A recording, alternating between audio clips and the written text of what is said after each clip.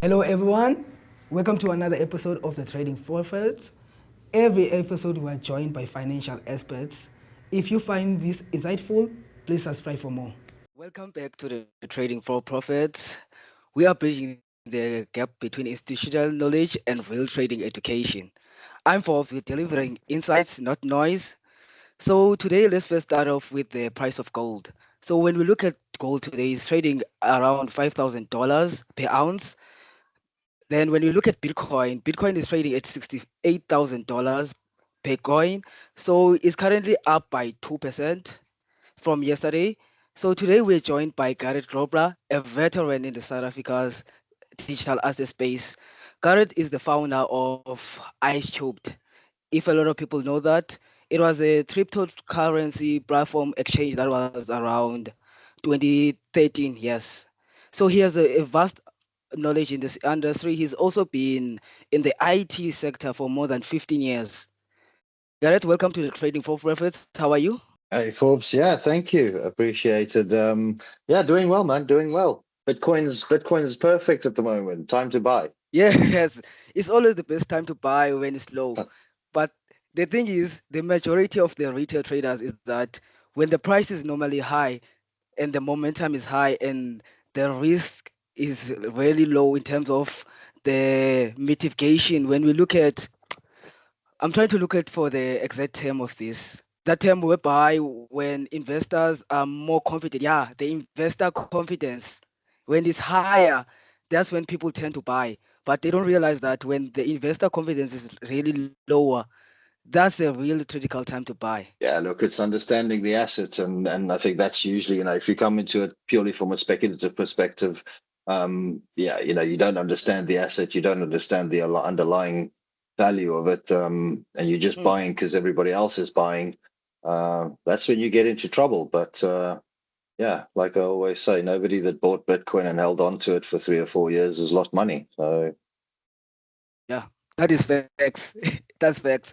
So, since you already touched on that and you've been in the crypto industry since the early days around 2013, so can you touch more about what really drew you into Bitcoin? What drew you into crypto, especially since most of the South Africans around that time didn't even know about it? yeah, so it was sort of I was working on a project in the UK, building software, and it had to do with payment systems and payment mechanisms that I was researching.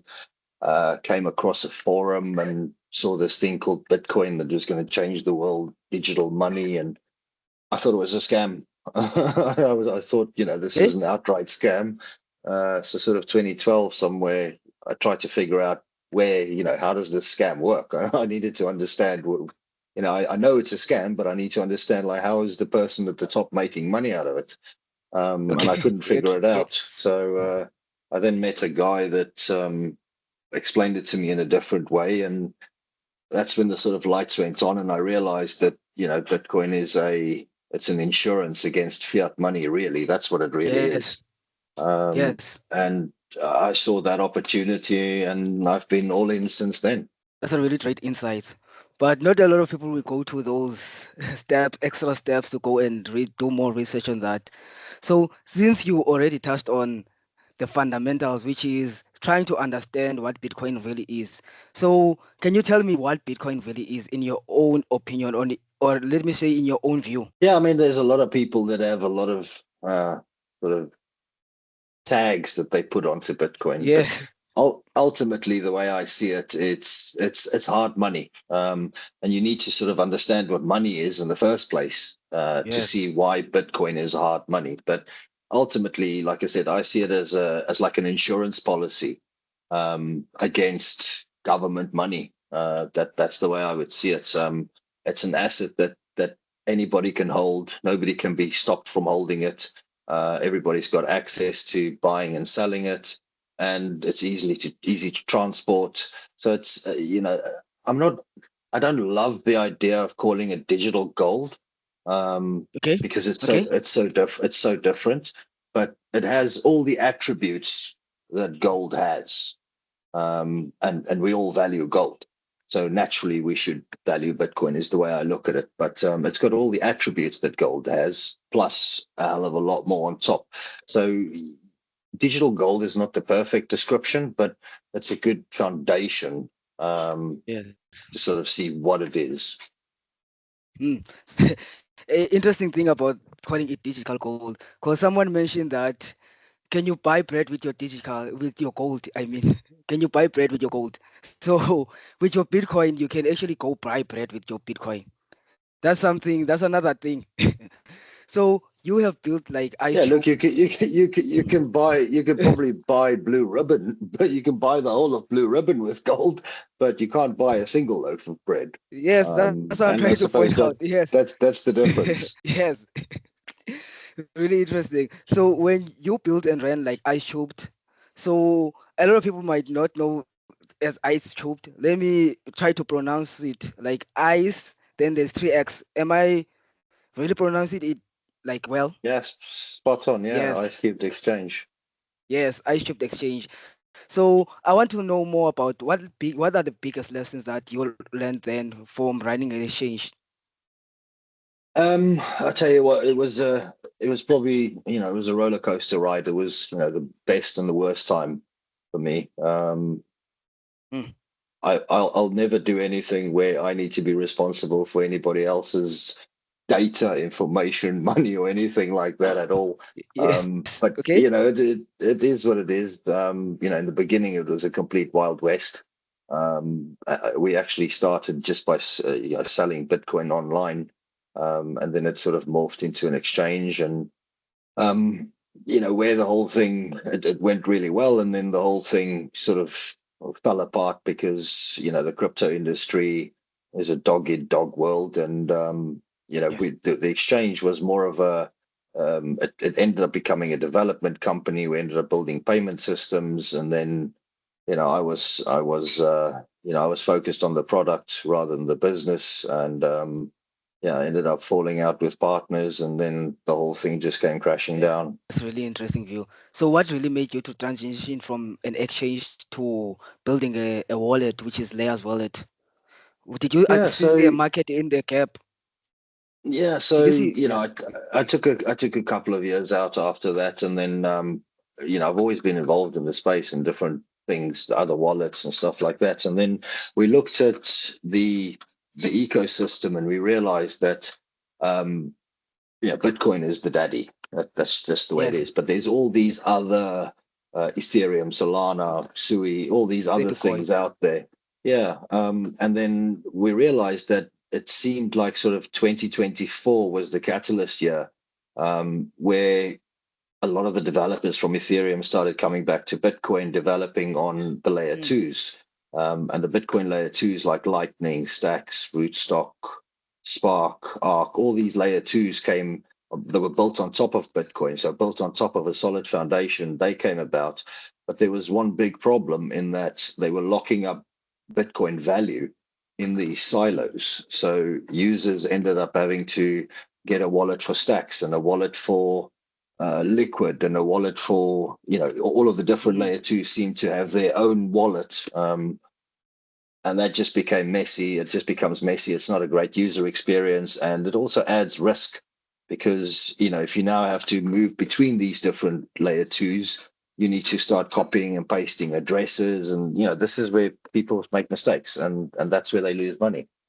So mm, we looked at it and we thought, okay, well, what's really needed is you need a non-custodial wallet where the user is in complete control, but he's got access to everything Bitcoin has to offer.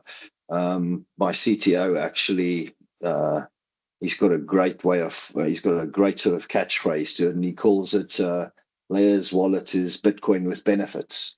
mm. It actually Interesting. makes Bitcoin, yeah, it actually makes Bitcoin usable. So you've got one wallet, it's non-custodial, which is the main thing you need to have. You need to be in control of your funds, but in that one wallet, you have the ability to buy, you have the ability to sell, you have the ability to hold NFTs, you have the ability to hold tokens, you have the ability to earn yield. So it actually makes Bitcoin usable above and beyond just retail speculation. Mm. I really like the fact that you also mentioned the fact that about the fact about the coins. So if you don't own the coins, then you don't own the Bitcoin, which is a really crucial thing about the non-custodial wallets.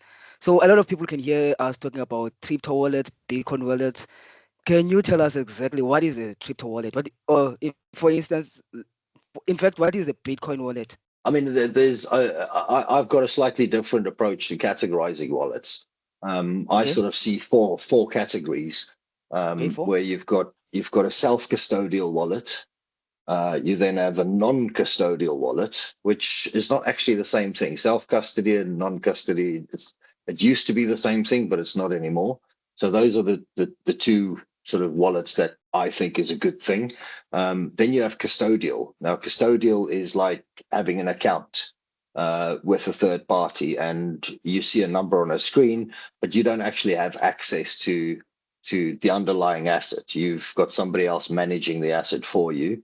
Now there is a use case for that, but I think that's the one where that's when that's where Bitcoin loses a bit of its magic, mm, because you don't control it. And then the fourth one would be your like multi-sig wallets, where you need more than one party involved in moving the asset from point A to point B. So I think and all the different cryptos and Bitcoin, they all fall under one of those four categories. Some of them in both, but those are the four categories of wallets that I would sort of put out there.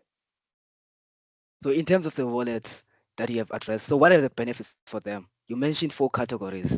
So for each, there must be a benefit that why people are choosing them. Yeah. So a self-custody wallet is obviously the holy grail. That's the that's the be all and end all. And that's where, for example, you have Bitcoin and you've got control over it. Nobody else can take it. Nobody can freeze it. Nobody can move it. You and you alone are in charge of that asset and what happens to that asset.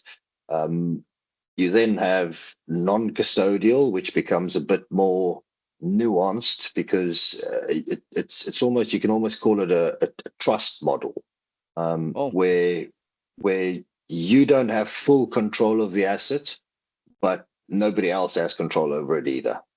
So the way to think about it is, imagine your seed words. If you write them down on a piece of paper, now, if you've got that piece of paper in your back pocket, then that's a self-custodial wallet because you and you alone have access to it. Um, but now for a moment, suppose you take that piece of paper and you put it inside some sort of a safe that's like that big, and that safe can only be opened with your code that you've got in your head. Nobody can open that safe, and that piece of paper is inside that safe, and you then take that safe and you go put it in the bank in a safety deposit box. Then that becomes non-custodial because okay. you don't physically have control of the piece of paper anymore. um, the bank now has control of that piece of Mm, paper, but they don't have access to it because it's inside this little safe that only you can open. So what that means is that in order for the actual underlying funds or the underlying asset to be transferred, you are needed. You need me to try to move that asset. So the bank can't take it, they can't confiscate it, but they can prevent you from moving it by closing the doors and preventing you from entering the building. So that's the non-custodial model. And then you get custodial, which is like your exchange wallets, like a Luno, a Vala. Um, they provide convenience, so they make it easy. They take the risk of holding the funds. They take the risk of the transactions happening, moving forwards and backwards, and they mm, just give you a simple email address, login, or a simple way to access the control dashboard. Which for many people that is a good and acceptable solution, but it comes with risks. So the risk okay. of the exchange going down, Mm, the government going to the exchange and saying, well, we're confiscating those funds. I mean, the exchange owners yes. aren't Mm, going to go to jail for you. So there's obviously criminal type risks, but there are also real life risks. Like I said, if the government says, look, we want you to freeze Forbes's account, what do you think the exchange is going to do? They're going to freeze your account. Yes. So it's not just about sort of nefarious activity. It's also about real life um, problems that may exist. So but then there's that balance now with convenience, because it's convenient, it's easy. Um, and then the multi-sig one, that's usually when you have multiple owners of an asset on the one hand, or multiple people that need access to that asset. That's more when you have a team of people or a family. Let's say you've got a family and all of you put in, 1,000 or 10,000 rand, and you buy Bitcoin, and you make it so that 3 out of 4 members of the family or the team or the crew have to agree to move that asset. So that's the sort of benefits and drawbacks. It's a lot more secure, and it gives you a bit of a backup. If one of you loses your keys, then the other 3 can still move the funds. So it's just a different flavor. But ultimately, we all need to look at our own positions and our own situations and decide, okay, this is the best for me. But the key thing is to understand the differences and understand the benefits and the risks. Okay. Let's talk more about the risks now. So let's first start with the exchanges like Luno, the Vala, the exchanges that have custodial wallets. So when we look at like what has happened like historically, like the trashes of FTX, MTGOX, so those are the type of risks that are associated. So can you elaborate more about those type of risks? Yeah, look, you've always got nefarious risks, where there's some sort of criminality or some sort of illegality behind it. I mean that's there's no. I mean, they say that it's regulated, but there's no real regulation. There's no real Yes. enforcement. Nothing. There's not much stopping an exchange from taking your funds. Simple as that. For whatever reason, whether it's a legal reason or an illegal reason, there's nothing stopping them. There's no barrier. There's no sort of safety catch. Um, the biggest thing that we've seen is with exchanges is the rug, the sort of Quadrica exchange in Canada, where the guy just disappeared and funds are gone. I mean, that's a sort of classic example, but I think there's a whole host of risks that are beyond the nefarious, which in my mind are the bigger risks. They're the bigger problem. If Bitcoin is this freedom money, as we want to call it, then what's the point in that freedom money being centralized and under government Yes. control? Mm. Because effectively, if you're an exchange and you're a regulated exchange, you're a crypto asset service provider, then you're beholden to the laws of that country. And again, if a government gives you an instruction, a court order gives you an instruction, um, you got to do it. You don't really have a Yeah. choice. Even you No. can have all the ideology in the world. If there's a court order, what are you going to do? Nothing. Mm. There's nothing but giving them. That's what they do. So let's look at the other side of the flip side of things. So I know the risk. Okay, I can get this. This thing is more centralized, which is another problem because Bitcoin is meant to be decentralized. No government, no authority. So what can you say for an individual, average individual who's involved in crypto or wants to be involved in crypto, but they don't want the risk that's associated with the government control. They want to have like full on hands in on their Bitcoin. What can you say for those people? What can they do to counter erect those things? I mean, Yeah, look, and this is the thing. It's actually very simple. It's actually so easy that it's difficult, because all it okay. requires is maybe 10 minutes of your time. Mm, If you download a self-custodial wallet like Layerz, yes. um, and you take 5 minutes to actually write down those seed words, and you go and securely hide or store those seed words somewhere, then you've effectively got a wallet that only you can control and nobody else can do anything to it. Nobody else can touch it.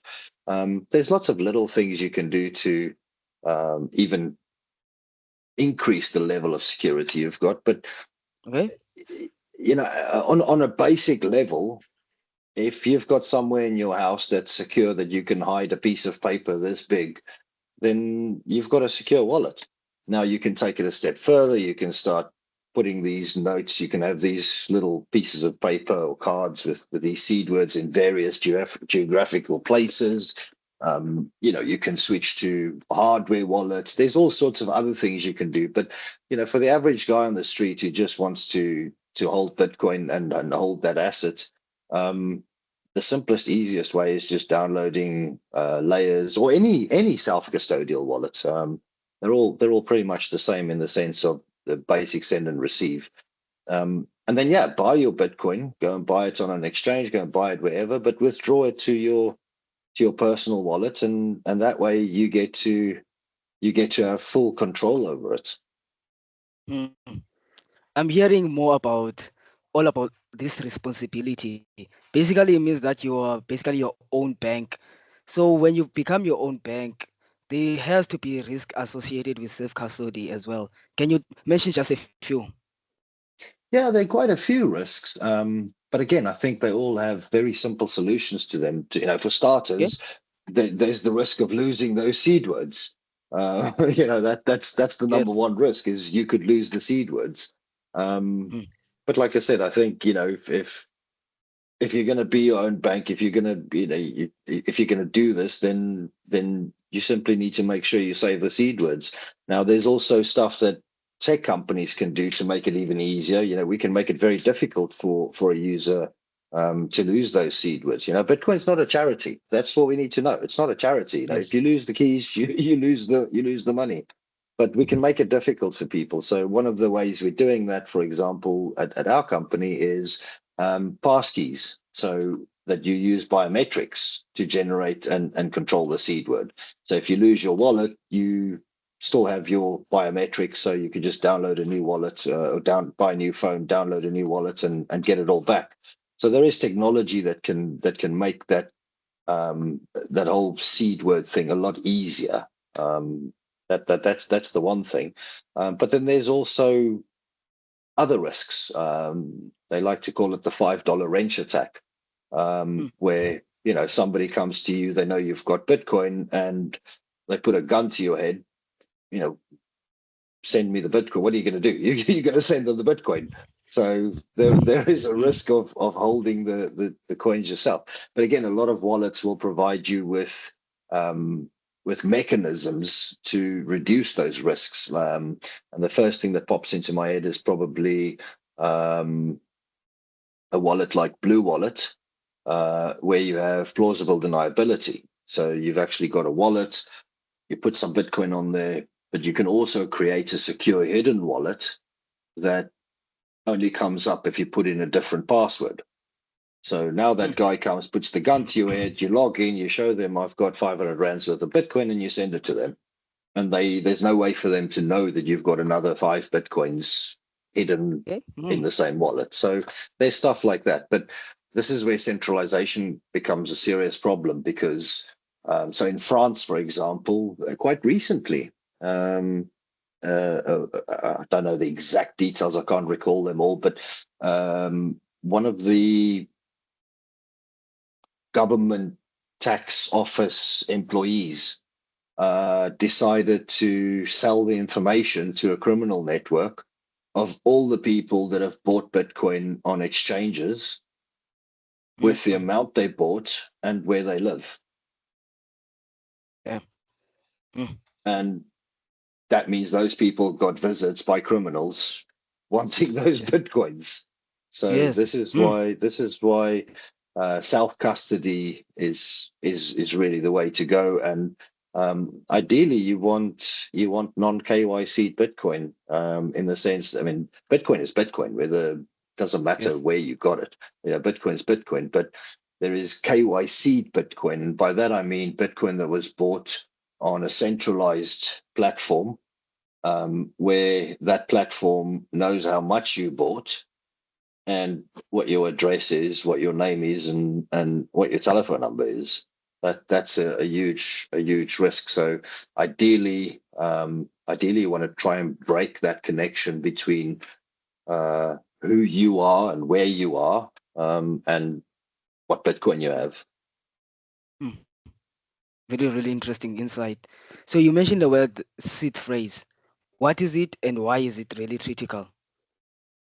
So your seed phrase is effectively 12 words. So it's a mnemonic. It's 12 individual words, and those 12 words is what is used to generate your keys, your keys that you need to spend the Bitcoin.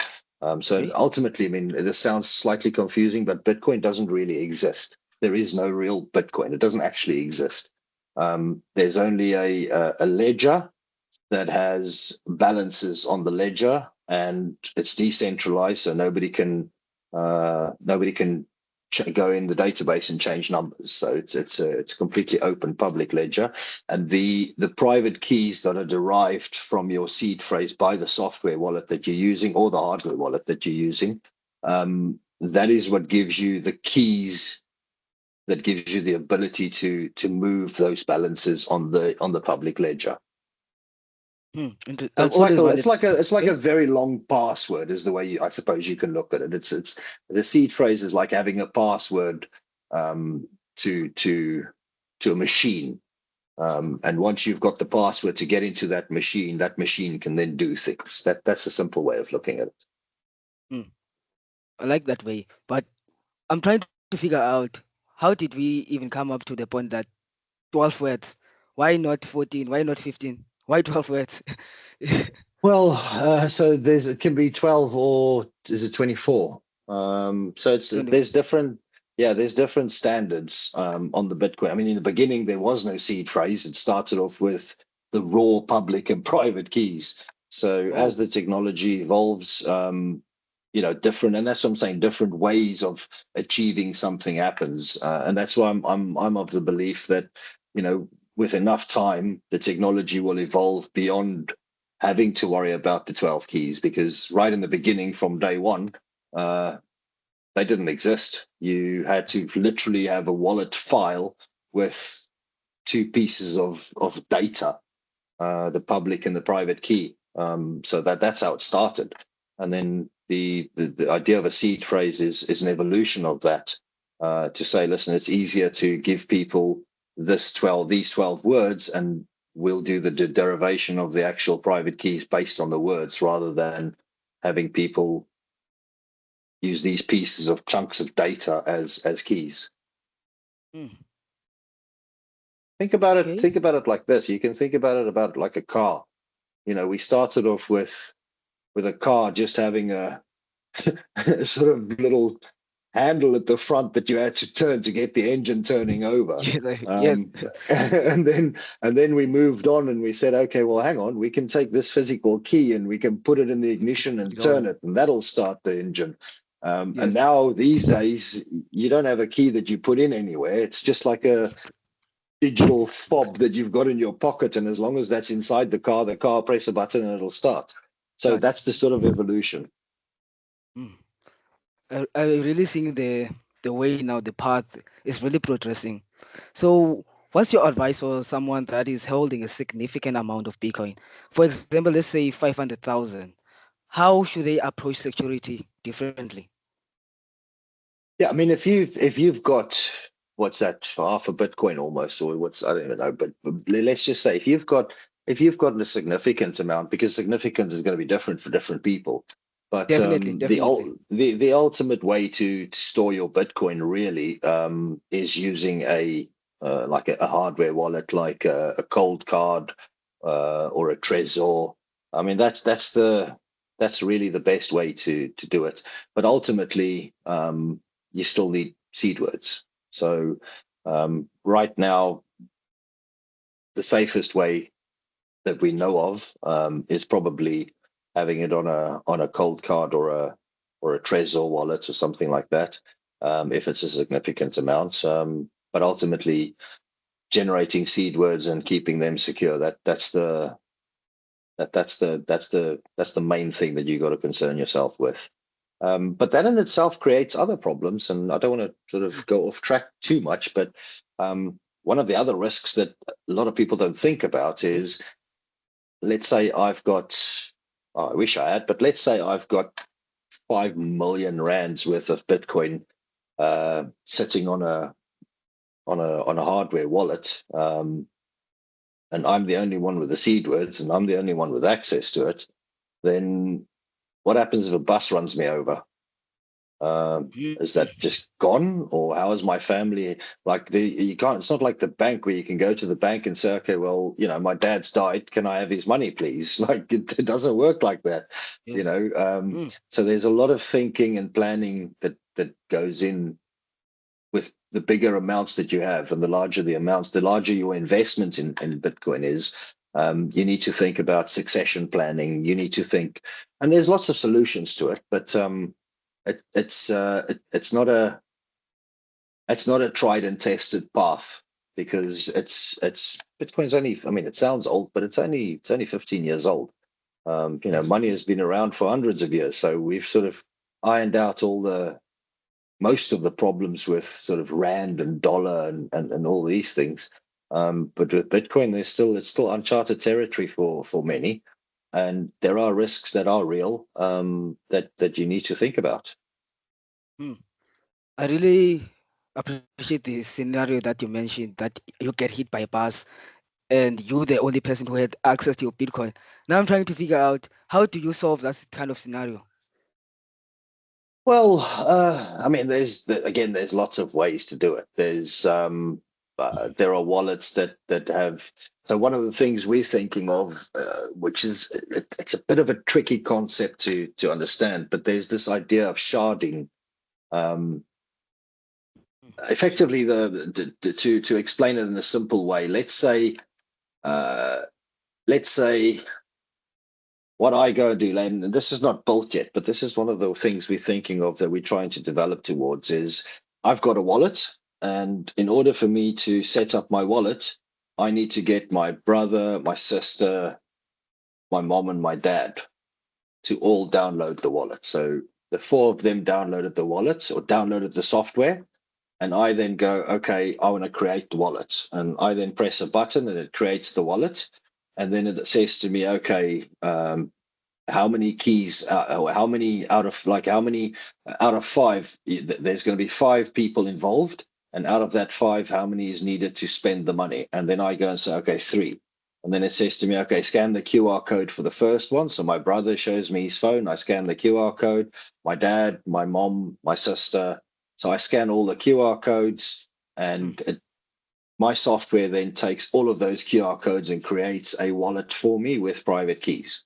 So I can send and receive on my main device. I can send and receive Bitcoin. But if something happens to me, Hmm. my family members are able to then buy a new device, use their four devices to generate my wallet again, and have access to my wallet. So there are solutions out there, but Hmm. it's not very elegant yet. But that's just a matter of time. Eventually, we will. The need is not so big at the moment. It's more a theoretical problem at the moment. I mean, even though it happens in real life, in practice, but Yes. it's not an everyday problem. Yes. It's still a long way to go. Yes. So let's talk more Exactly. about, yes, yes. So let's talk more about Wallet specifically. You described the Bitcoin layers one simple wallet. What do you mean by Bitcoin layers? So the simplest way to explain it is we got to think about the current fiat, the government financial system. Um, a lot of sort of hardcore Bitcoin people love to say that, Bitcoin can replace fiat. But it's not as simple as that, because even though Bitcoin could replace fiat, government money, the rand, is not the financial system. It's only a component of the financial system. If you look at the fiat, the Yes. government financial system, banks hold money and they send money to each other. That's at the top level. Banks communicate with each other. Now, banks don't have online banking with each other where they send each other emails. There's the SWIFT system. That is a settlement system for government money between banks. Nobody on the ground, nobody walking in the street uses the SWIFT system to pay for a bread. Like, that's not how it works. There are different layers. There's the bank that gives you online banking, that gives you a debit card, but then there's the Visa and MasterCard, the payment processors that sit in between the bank and the merchant. So there's all these different, in the real financial system, there's all these different layers that we already use to create the finance system. And in the world of Bitcoin, we're going to need the same thing. So if you just have Bitcoin, for example, you can't go and buy a coffee with Bitcoin. I mean, technically you can, but that's just a stupid thing to do, because the transaction fee is going to be ridiculous percentage wise to buy a coffee. And that means that the merchant is going to have to wait 10 minutes for the transaction to confirm before they're actually sure that you've paid for the coffee. So by the time the merchant knows that they're going to get the money, your coffee's cold. So what, are they going to give you a cold coffee, or are they going to risk giving you the coffee and then hoping that the money is going to be in that the transaction is going to confirm? So it's not practical. A bigger problem is that Bitcoin simply doesn't have the capacity. Like, if we had to switch off the fiat system tomorrow completely, we just switch it off and we instantly replace it with Bitcoin, then the whole world stops. Everything in the world, literally, Bitcoin will work, and it will work as intended. But there aren't enough UTXOs. There aren't enough slots in the Bitcoin network for the whole world to use it as a transactional system. And this is why you need different layers. So, for example, Lightning is a layer that's built on top of Bitcoin. So it's built on top of the Bitcoin rails. Now, that's got near instant confirmations. It's got cheap, fast transactions. That's the thing that you use to buy coffee. That makes sense to you. So you're still using Bitcoin, but you're not using Bitcoin directly. So you could almost see that as that's your MasterCard. So when you're using a MasterCard, you're not actually using the government fiat system. You're using a layer on top of it. And this is what Bitcoin layers achieve. So in the finance industry, in the finance system, you've got stocks, bonds, funds. You've got all these financial systems and tools, and we need to replicate those systems and tools on the Bitcoin network. So you have this layer 2 where you can go and create. So the same with how you can create stocks on a stock market, you can create tokens on top of Bitcoin, which is a completely separate financial tool, but it all ultimately settles on the Bitcoin layer. So it uses Bitcoin security, but it's almost like there's various different ways. There's side chains, there's spider chains, there's state chains. There's all these different ways that they interact with Bitcoin, but ultimately they're all components built on top of Bitcoin. One of the best examples I can give you, for example, is the Spark network, which is fairly new. And we will be releasing a new version next week, I think, next week or in the next 10 days or so, where you've got Spark USDB. So that's the dollar stable coin sitting on the Spark network, which is a layer 2 of Bitcoin. But that, for example, the feature there is you as an individual can hold dollars on your wallet, self-custodial dollars, but you earn Bitcoin interest on a daily basis. So you're getting sats paid into your wallet every day. So that's like a savings product, if you will. Other networks have staking products. There's various different yield products. There's on Arc, they're busy building a pool where you lock your Bitcoin into that pool, or you lock your dollar stablecoin into the pool, and on the other side, you've got people putting Bitcoin in as collateral and borrowing the dollars, which then earns you interest with very little risk. Because if the person that made the loan doesn't pay the loan, their Bitcoin gets liquidated and you get your money out. So there's a lot of financial systems and financial tools being built on top of Bitcoin as layer twos. NFTs is another one. Now, NFTs are a bit of a mixed bag Yes. because other than for creating communities and acting as a badge of being part of a community, they don't really have much use. But that's just because the infrastructure around it doesn't exist yet. There's a lot of stuff that can be done in the future, but this is all speculative. So, but the point is, right now, is that we just need to make sure that we have the infrastructure built to give people access to all these tools and features. Hmm. Okay, let's further more on Layerz Wallet.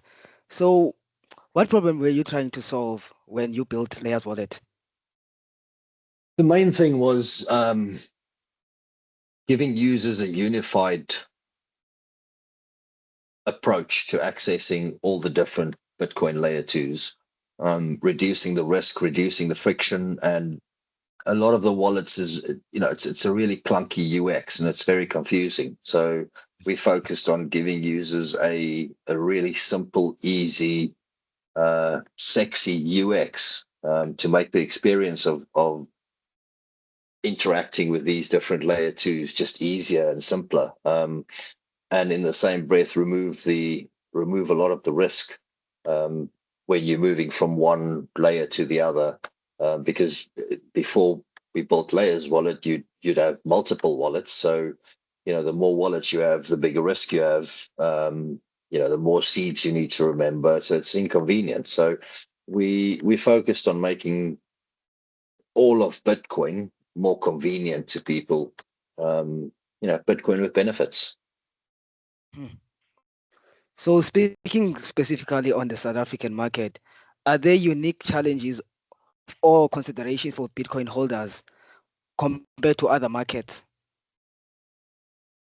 No, I think everybody's got the same challenges and the same problems and the same. It doesn't really matter geographically where you are. One of the things Okay. that I find in South Africa is that we're actually a lot further than most other entities and most other Mm. countries. Mm. South Africa is definitely leading the world in terms of usability of Bitcoin.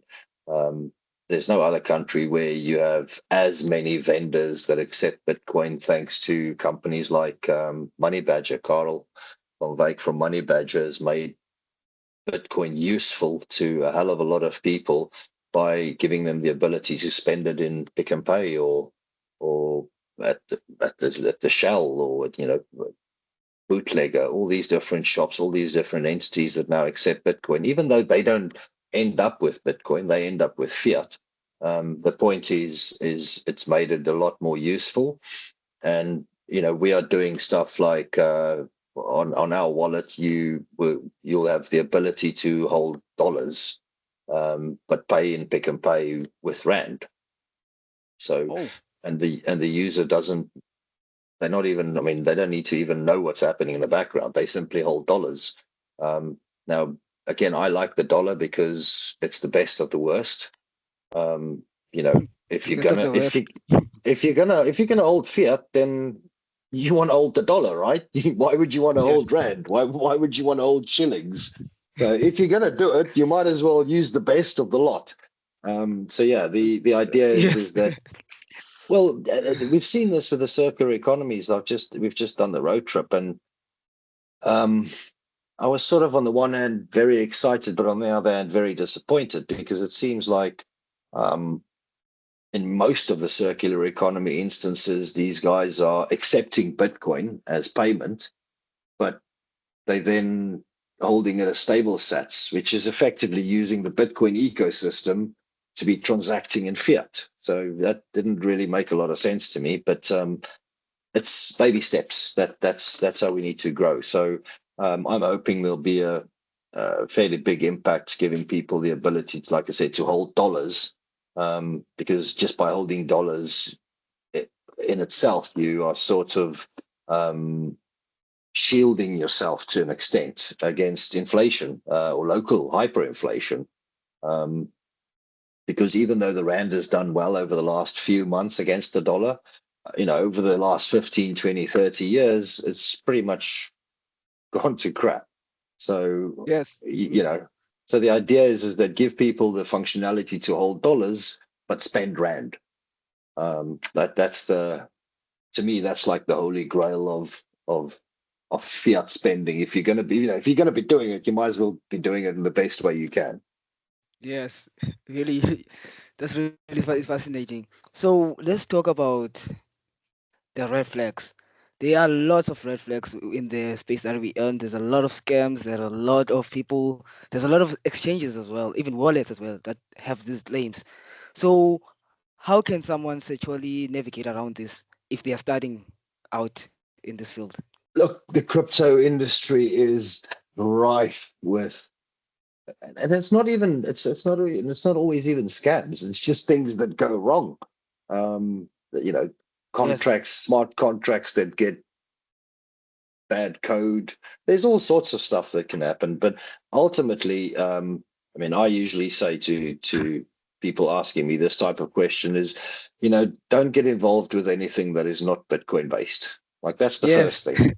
That's the number Yes. one thing, because you've got I'd say a 50% to 100% more chance of losing when you start getting involved with Ethereum tokens and Solana NFTs. And if you're going to do it, it's a bit like the fiat thing where I'm saying, if you're going to hold fiat, then hold dollar. Yes. Don't go holding Kenyan Zimbabwean dollar. shillings or Zimbabwean dollars. Exactly. And it's the same thing with Bitcoin. If you're gonna go into crypto, and it's such a dirty word to use, but if you're going to go into cryptocurrency, then make sure it's Bitcoin or Bitcoin based. So it's, I'd say Bitcoin and Bitcoin's layer twos, because there's nothing that you can do on any of these other blockchains, not a single one of them, that can't be done on Bitcoin or Bitcoin's layer two. So, Yes. if you are gonna get involved, then why would you why would you go for one of these other? I'd stay away from them personally. That'd be the first bit of advice. And then, ultimately, it's such a new technology. We are so early that, don't go putting your life savings in there. Don't go selling your house to buy Bitcoin. You got to be sensible. Um, if you understand the technology, if you understand the assets, if you understand the industry and the market, you have all these skills, then yes, you can take way bigger risks than um, a teacher or a plumber or an electrician that just wants to do something on the side. So you need to really observe yourself and understand yourself and your situation and your relationship to Bitcoin first, and be confident that you understand it before you start getting involved. So, make sure you understand how to store Bitcoin, for example, and what works for your situation before you just go out and buy it. So really, it's personal responsibility is very, very important.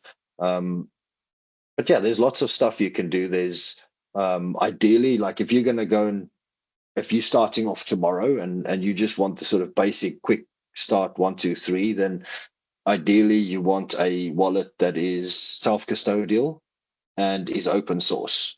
That's the two uh, main things you can do to sort of whittle away all the bigger risks. I mean, there are still risks, but that's the sort of two key things. If you've got a self-custodial wallet that is open source, then you're already way better off Way than, better. Yes. yeah, you're way ahead of the rest.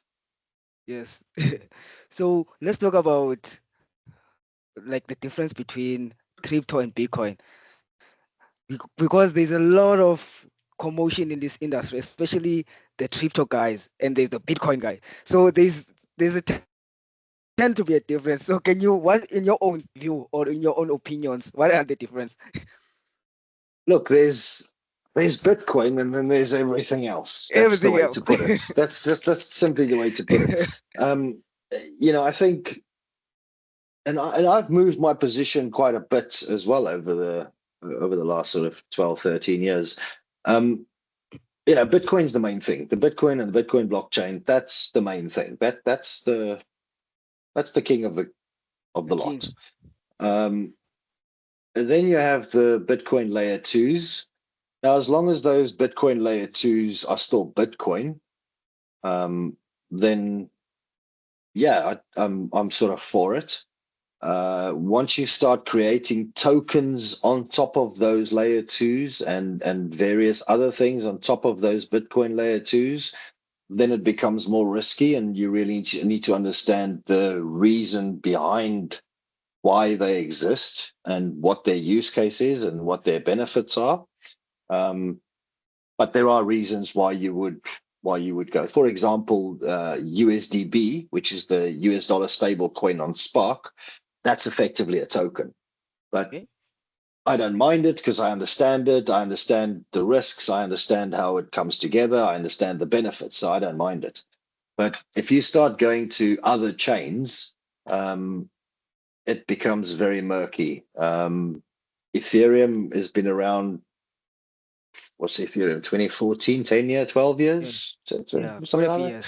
Yeah. Yeah. Now, Ethereum started out as proof of work, but it's currently a proof of stake blockchain, which, without getting into the depths of it, the simple fact is that that's a blockchain that can be rolled back, and they have actually done it before.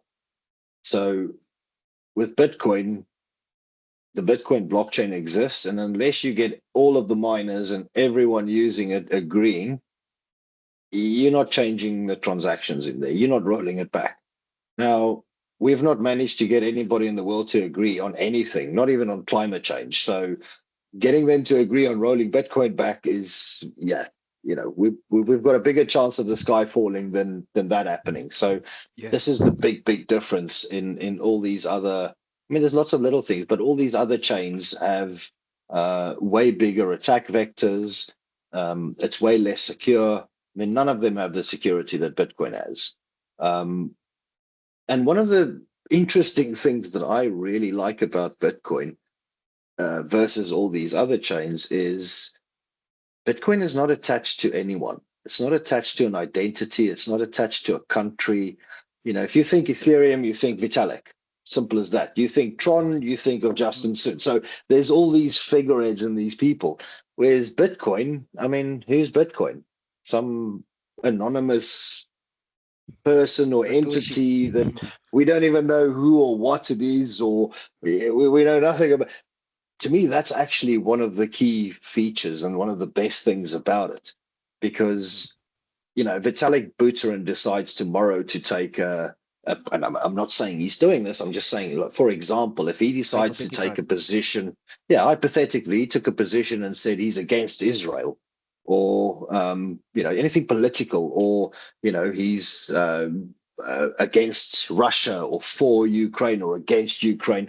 Now all of a sudden that's going to filter through into Ethereum. So anything that he decides, any opinion that he's got, anything he says can affect Ethereum and the Ethereum Network. ecosystem. Yes. Whereas with Bitcoin, like, it doesn't matter if the president Donald Trump says something or if Ramaphosa says something. It doesn't matter. All of these things, they might have impact on the fiat value of it in the short term, but ultimately, there's nobody that can influence or there's nobody attached, negatively or positively for that matter, to Bitcoin. And I think for me, that's one of the biggest strengths, which Mm. is why I wouldn't bother with any of the others. I fully agree on that also. The whole system is trustless. So looking ahead, what how do you view Layerz Wallet and other wallet systems in terms of the technology and the improvements? How do you view them Yeah, in the next few years? So we're actually working quite hard at changing it from, I mean, we call it a wallet, but it's so much more. There's the way to think about Layerz Wallet, for example, and I think this is the route all wallets will take, is that it's more like a exploration app. It's an app that allows you to send and receive, yes. It allows you to make payments directly at a shop, yes. But it's almost like a financial tool in your pocket. So it takes it one step further where, you have access to all these different mechanisms and tools inside the financial system. And that can have, it's almost like you can have plugins that are built into that. I mean, I'll give you a simple example of NFTs.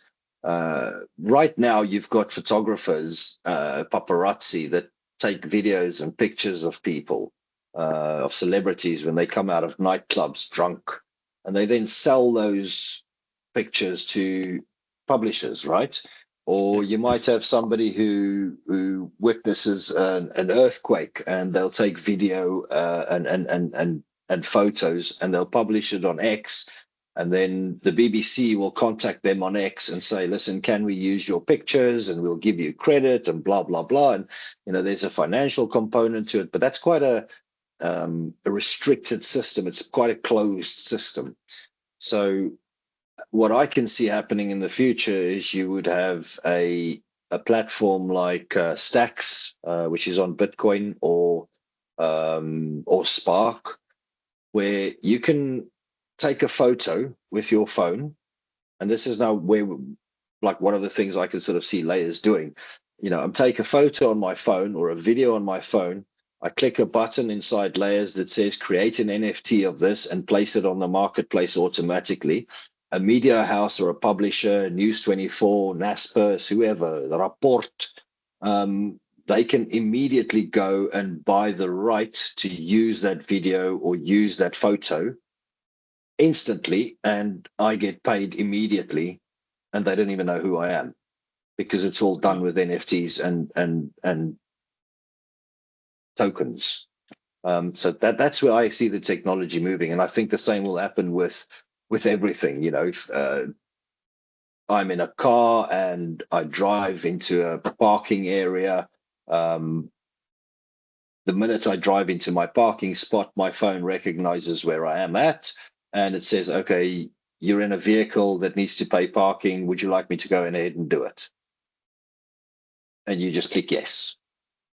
And the funds are automatically sent to the parking operator. That's the type of future I can see. And that's where I think wallets will go. We in the world of AI, and everything is AI based, and I think this is what really is going to drive Bitcoin through the roof is AI integration, because you're now in a position where you could tell your AI, buy my wife flowers and send it to her on Friday, and you'll get a response saying, okay, it's done. And in the background, the AI will go and look at where you are, what your location is, who your wife is, what the florist is. It'll send a message, order the flowers, and make payment directly from your crypto wallet. Because AI agents can't really use the banking infrastructure to transact. It simply wouldn't work. But it can use the Bitcoin infrastructure. So that's where I think that's where I think wallets are moving. They're becoming more of a they're going to become more of a lifestyle assistant, but functional. So not so much telling you what to do or giving you advice, but more it's more like your personal bank manager. That's where I think wallets will be going. You mentioned the thing about the AI. We do know that a lot of these AIs are not anonymous. So in terms of the whole anonymity that we're trying to create in terms of the Bitcoin, so have you guys figured out a way that we can use this AI and be able to be anonymous at the same time when we're doing this transaction? Yeah, Like but you can this do it now. scenario, you can do it now, okay? Yeah, liquid. Like if you buy Bitcoin and you put it in the liquid network, You've just Okay. anonymized your Bitcoin. Mm. New information. Okay. So now my AI agent will be using US dollar tether on the Liquid network, which is a Bitcoin layer two. And it will pay for my 60/60 delivery to, I don't know, my mistress. Mm. I was mentioning the side that the AI that you're signing up on might know who you are, or should you try be anonymous even in the first place? Well, that's again, that's changing because I mean, ultimately, AI as we know it today is just a glorified chatbot, really. But that's changing and it's changing very fast. You've got agentic AI. I mean, over the last 2 months, this whole open claw thing has been blowing up, where you can go and create your own AI agents with local LLMs. So that's not connected to anyone. It's not connected to Mm. Anthropic. It's not connected Yes. to X. It's not connected to OpenAI or Gemini or any of these. That's literally me with my computer at home with my own AI and my own agent. And I can now give that agent a wallet. I mean, the agent can spin up its own wallet for that matter. I don't even have to give it Mm. one. It can create its own wallet. It can then go and sell its services to other AI agents, and they can transact without there being people involved at all. Now, that's not possible in a fiat world. But an AI agent can't just go and open his own bank account, get his own credit card, and start paying Yes. other agents. Like that's not going to work. But I mean, it's clunky, but technically, you could do it right now. I mean, if you look at a company like Bitrefill, Sergey, I saw a presentation that he did maybe 6 months ago, where he's in front of 1,000 people sitting there watching him, and he types to his AI, "Go and buy me a $50 PlayStation voucher or Google Play voucher."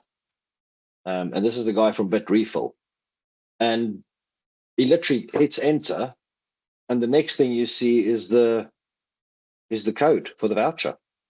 And then the back end, this AI went and looked at different places to go and buy the Play Store voucher, found the cheapest place, made a lightning payment through Mm. Bitrefill, and received the voucher code straight back. Now, make that practical for a South African. In South Africa, that means that you could have in Layerz Wallet, for example, it's actually something we're exploring and we're talking to people about it. I don't know how long it'll take or how quick or how easy, but from some of the conversations, something we might even have in the next 6 months.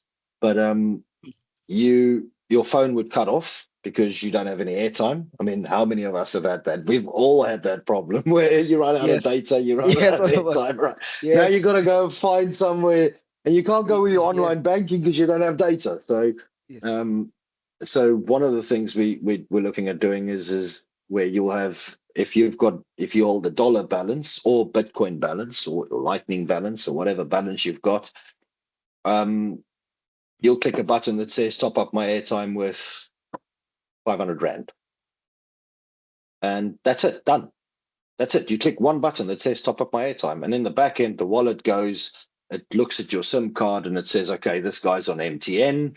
It goes and finds the best provider. It goes and buys 500 Rands worth of MTN data and automatically adds it to the SIM.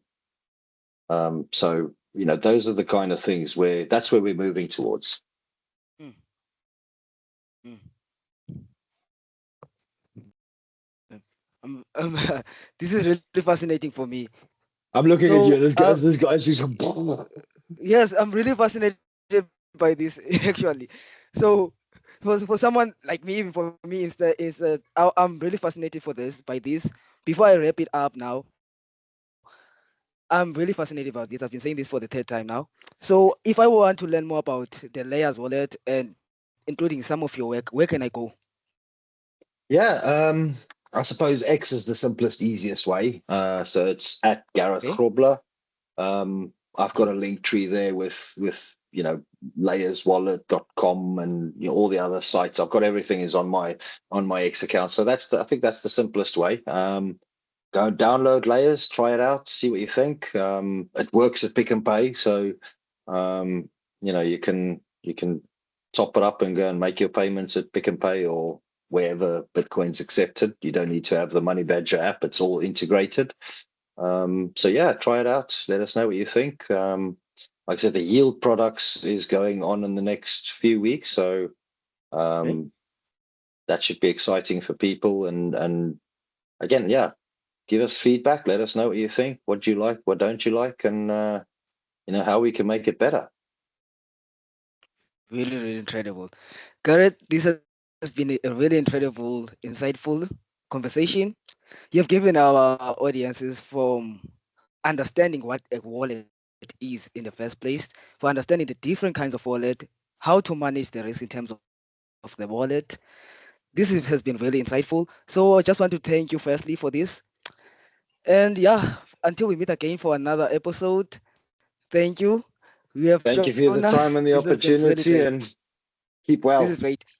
Yes, I'll definitely be on the lookout for Layerz Wallet more. Thank you so much. Enjoy the rest of your day. All right, man. Cheers. Thank you for making it far through this episode. Every episode, we are joined by financial aspects. If you want exclusive insight from these financial aspects, subscribe to our channel or join our community for free giveaways.